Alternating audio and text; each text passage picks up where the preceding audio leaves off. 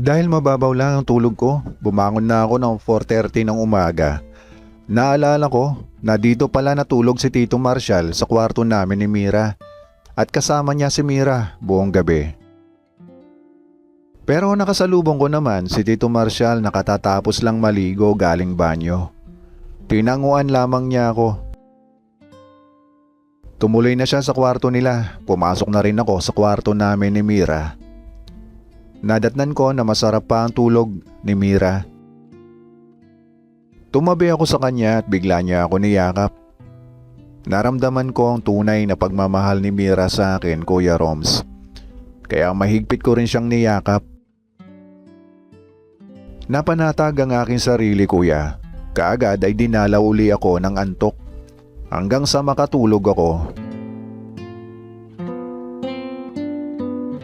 Alas 11 na ng umaga nang ako ay magising. Naalala ko ang nangyari kagabi.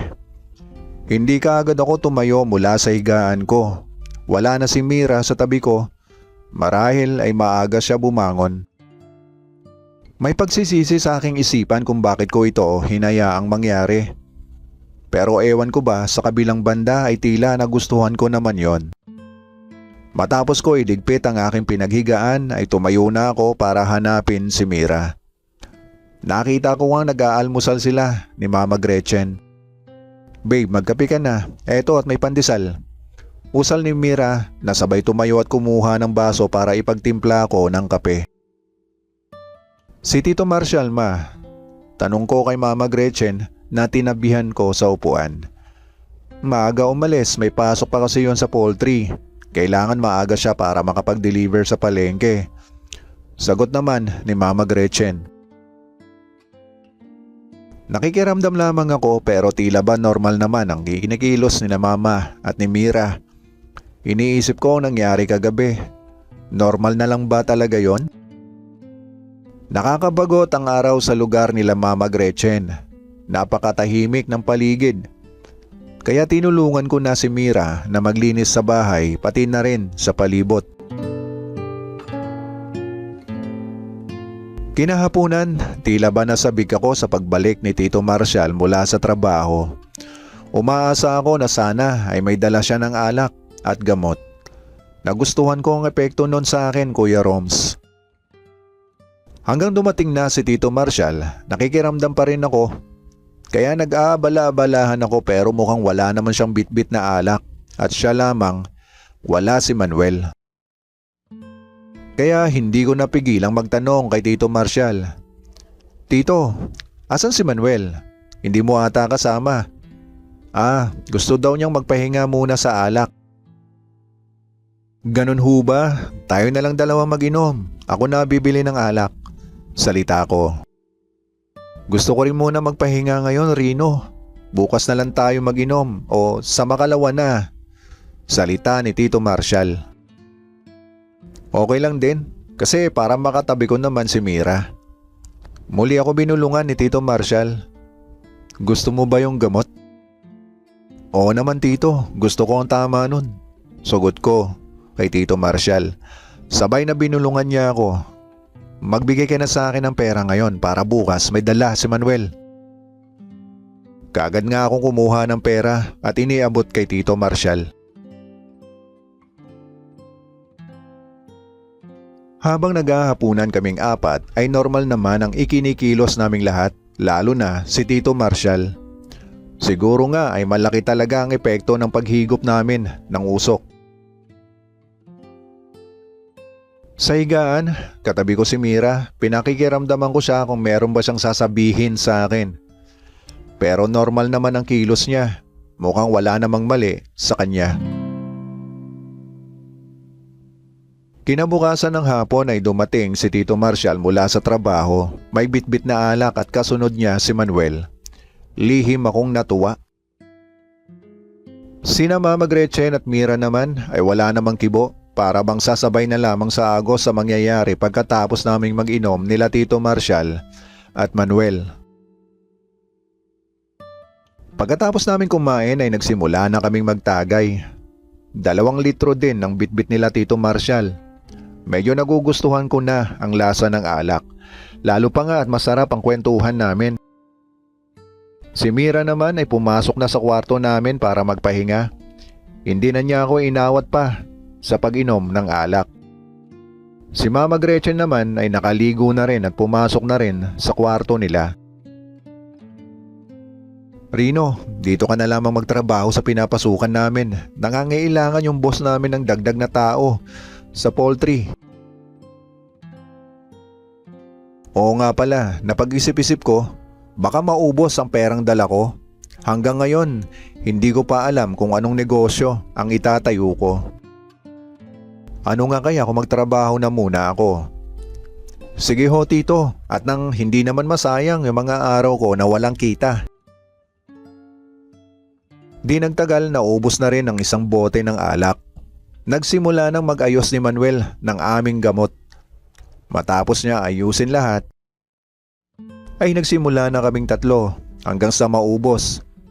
Medyo marami din ang dala niya, kaya maganda naman ang pakiramdam ko. Naramdaman ko ang hinahanap kong tama. Ininom pa namin ang isang bote ng alak hanggang sa di nagtagal napansin ko na sinenyasan na ni Tito Marshall si Manuel na pumasok na sa kwarto nila kung saan ay naroon si Mama Gretchen.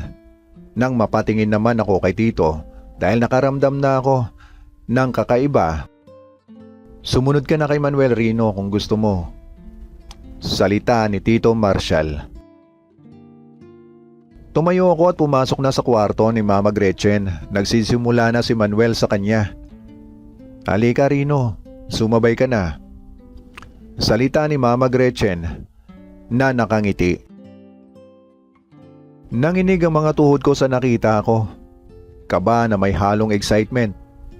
Maganda lalo tingnan si Mama Gretchen sa kanyang bihis pero sobrang nakaka ang itsura niya dahil sa suot niyang magandang kasuotan. Kung kaya nadagdagan pa lalo ang kakaiba kong nararamdaman. Pakiramdam ko sobrang maalinsangan ang panahon. Si Tito Marshall naman ay sa kwarto na namin siya pumasok kung saan naroon si Mira. Sandali ako napatulala kina Mama at Manuel. Muli akong sinigawan ni Manuel. Kaya nagmadali na akong lumapit sa kanilang dalawa. Ako sa kaliwa, si Manuel sa kanan banda.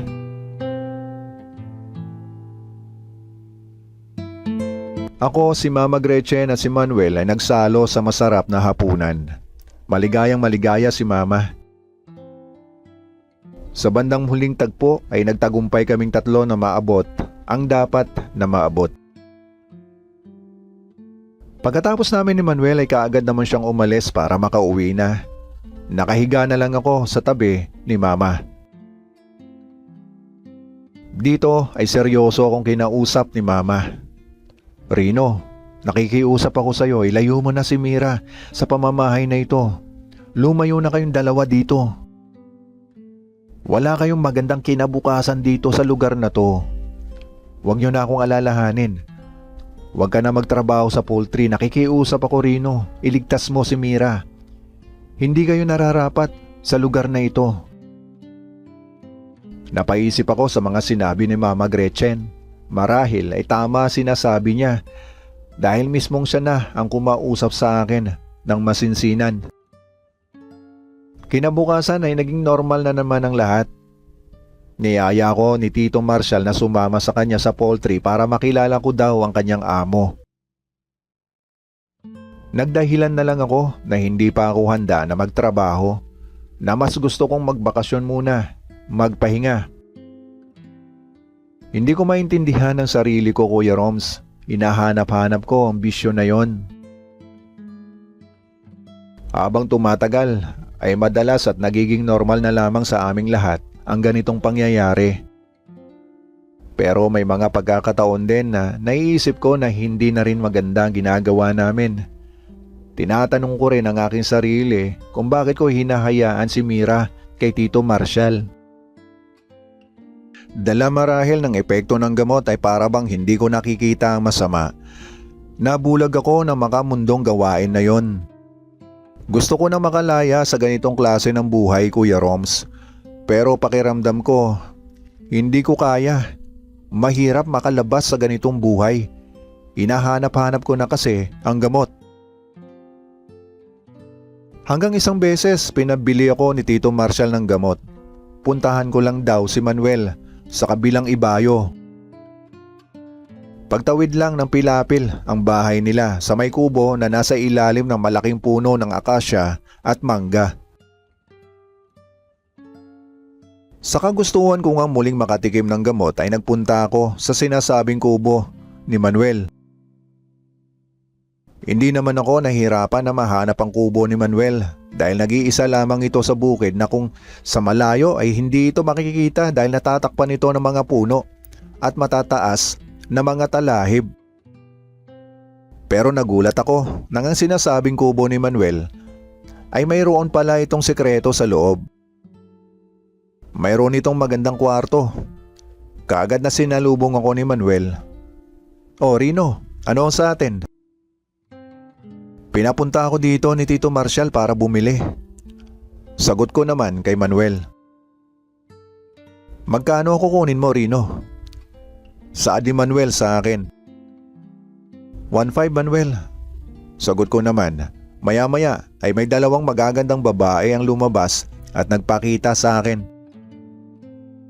Hindi ko napigilan ang aking sarili na mapatingin sa dalawa. "Gawin mo ng 2,000 Rino. Total, hindi ka na rin naman iba. Libre na tong dalawa, si Isay at si Rita." Alok sa akin ni Manuel. Sa ganda ng dalawa ay nahirapan akong tumanggi, Kuya Roms. Sinong gaban ko ang alok ni Manuel, Kuya Roms? Pagbalik ko sa bahay ay napansin ko na nasa loob na ng kwarto namin si Tito Marshall. Kaagad akong sumilip sa siwang ng pinto. Dito ko nakita kung gaano kasaya si Tito kay Mira. Pero si Mira ay tumutulo ang kanyang mga luha, Kuya Roms. Bigla akong nakaramdam ng lamig sa buo kong katawan. Awa ang naramdaman ko kay Mira, Kuya. Napaupo na lamang ako sa sahig. Tila ba bigla akong nanghina. Nilalamig ako na hindi ko maintindihan ang aking nararamdaman. Bigla ko na lamang naramdaman na hinawakan ako ni Mama sa aking balikat. Makahulugan ang kanyang mga titig sa akin. Ibinigay ko sa kanya binili kong gamot mula kay Manuel. "Itatago ko ito, Rino." Salita ni Mama. "Umalis na kayo ni Mira, Rino. Paparating na mga tanod at mga pulis. Maraming kaso yan si Marshall. Wanted yan dito sa buong lalawigan. Maging si Manuel.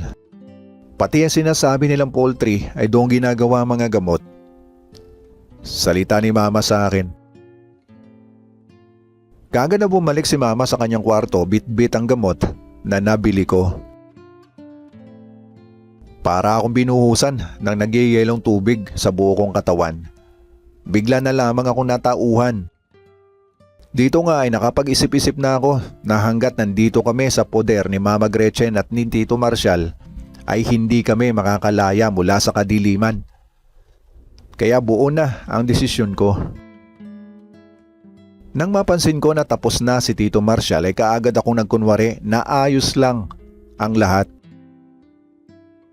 Nang lumabas si Tito Marshall mula sa kwarto namin ay kaagad akong pumasok. Niyakap ko si Mira ng mahigpit. Pinaramdam ko sa kanya kung gaano ko siya kamahal. Habang may bahid pa ng luha ang kanyang mga mata. Humingi ako ng tawad kay Mira. Kaagad nga ay naghanda kami para umalis na sa bahay. Hindi na kami nagpaalam pa kay Mama Gretchen. Habang abala silang dalawa ni Tito Marshall sa loob ng kanilang kwarto, mabilis kaming nakalayo ni Mira sa bahay. Habang nasa daan na kami, nagmamadaling naglakad palayo sa lugar nila Tito Marshall, ay sunod-sunod na sasakyan ng barangay at mga pulis ang nakasalubong namin na dumating. Pinasok nila ang bahay nila Mama Gretchen. Nag-alala naman si Mira kay Mama pero pinigilan ko na muna siya. Saglit naming pinagmasdan ni Mira ang lahat ng pangyayari. Tumuloy pa ang mga pulis sa kubo nila Manuel sa kabilang ibayo. Nagpatuloy na kami ni Mira sa paglakad palayo sa lugar. Bumalik na muna kami sa Maynila ni Mira, pansamantala ay sa mga tiyahin niya muna kami tumigil. Ang akala ko kasi nagbago na si Tito Marshall. Isa pa, nag-aalala ako kay Mama, kaya ako bumalik doon. Salita ni Mira na lubos ang pagsisisi. Dagdag pa ni Mira, ang Tito Marshall niya ang unang umano sa kanya. Sobra kaming nalungkot ni Mira sa nangyari, pero ganun pa man ay naniwala kaming malulusutan at mapagtatagumpayan namin ang laban na ito. Mahirap ang pinagdadaanan namin ni Mira sa pagbabago, pero sa tulong ng Diyos ay kinaya namin ang lahat. Sa ngayon, Kuya Roms, ay dito na kami ni Mira sa aming probinsya sa Mindanao.